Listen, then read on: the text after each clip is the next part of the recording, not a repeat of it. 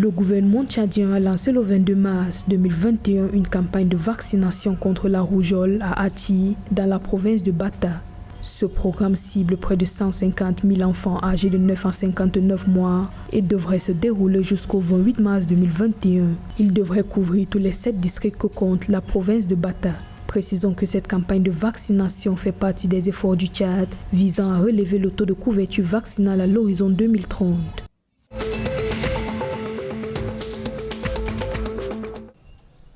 Plus d'un mois après la réouverture du corridor Bangui-Garoua-Boulaye en Centrafrique, les prix des produits de première nécessité n'ont pas baissé sur les marchés.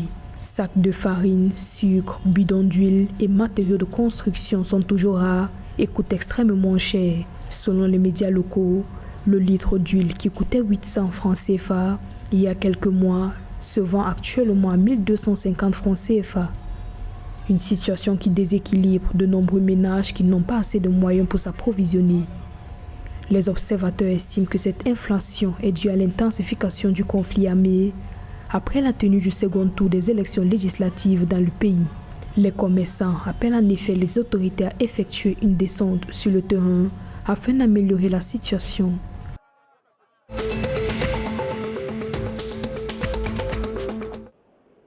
L'aéroport international de Yaoundé-Simalène au Cameroun est désormais doté d'une autonomie en énergie électrique. La société française Inyo Energy Systems a livré une centrale électrique à l'aéroport d'une capacité de plus de 1000 kVA. L'infrastructure est estimée à un coût de 4,8 milliards de francs CFA. Elle aidera à optimiser les opérations de l'aéroport tout en renforçant la sécurité. Précisons que la construction de cette centrale électrique intervient dans le cadre du plan de modernisation des plateformes aéroportuaires du Cameroun, lancé par le gouvernement en 2018.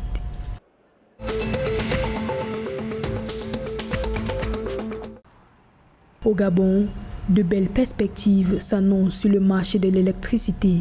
Selon un rapport de Market Insights Report, l'institution spécialisée en études de marché, le secteur gabonais de l'énergie devrait connaître une progression de 3,4% d'ici 2026.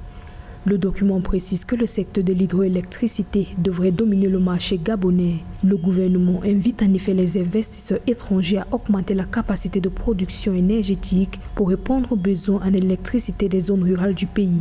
Notons que le Gabon est l'un des pays rares où l'électrification urbaine a atteint plus de 97% en 2019 selon ce rapport.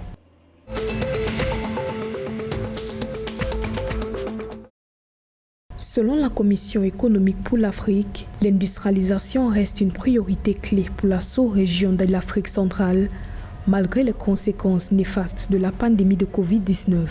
La Commission indique que le développement durable de la sous-région passe avant tout par le renforcement des industries manufacturières afin de produire et consommer localement.